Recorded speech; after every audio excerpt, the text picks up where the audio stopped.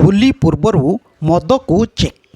ରାଉରକେଲାରେ ଅବକାରୀ ଚଢ଼ାଉ 12 ଜଣଙ୍କୁ କୋର୍ଟ ଚାଲାଣ।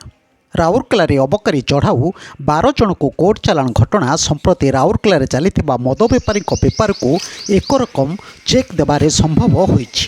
ଗତ 13 ତାରିଖରେ ରାଉରକେଲା ଅବକାରୀ ବିଭାଗ ବୀରମିତ୍ରପୁର ପୋଲିସ ହାତୀବାରୀ ଥାନା ସହାୟତାରେ ଗୋଲଦରୁ ନୂଆଗାଁ, ଅଙ୍କୁରପାଲି, ଭୂମିସ୍ତୋଳା, ବିଶ୍ରା ଅଞ୍ଚଳକୁ ଚଢ଼ାଉ କରି ମୋଟ 14 କୋଟି କେସ୍ କରାଯାଇଛି ଏବଂ ମୋଟ 553 ଲିଟର ବେଆଇନ ମହୁଲି ମଦ ସହିତ 13,250 କେଜି ମହୁଲ ପୋଚ ଜବତ କରାଯାଇଛି।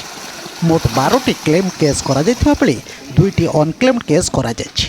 ମୋଟ 12 ଜଣ ଆସାମୀକୁ କୋର୍ଟ ଚାଲାଣ କରିଛି ରାଉରକେଲା ଅବକାରୀ। ସେମାନଙ୍କର ନାଁ ହେଲା କୁରୁମ କୁମ୍ଭାର, ମିନି ସମାସୀ, ରତନୀ ସମାସୀ, ରାହୁଲ କୁମାର ସା, କମଲ କୁମ୍ଭାର, ବୁଡୁରୁ ଓରାମ, ଗଣେଶ ସାହୁ, କାମଳବତୀ ଓରାମ, ସାଲାମୀ ମୁଣ୍ଡ, ପୁଟି ସାହୁ।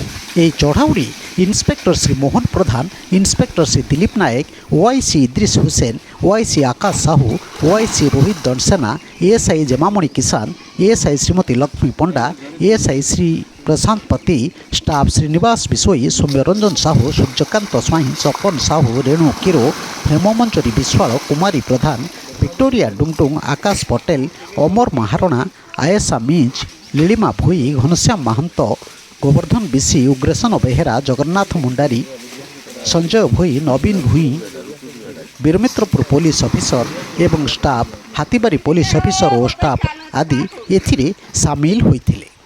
ଦେଖନ୍ତୁ ତାରି ଚିତ୍ର।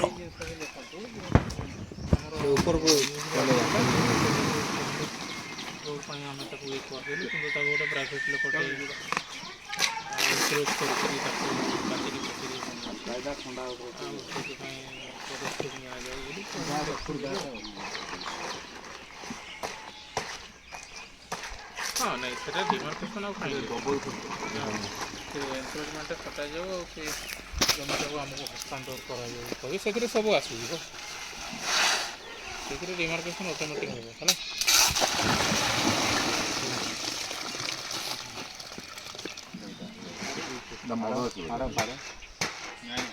ब्यूरो न्यूज ओडिशा कथा यूट्यूब चैनल टी को आपण माने देखुछंती।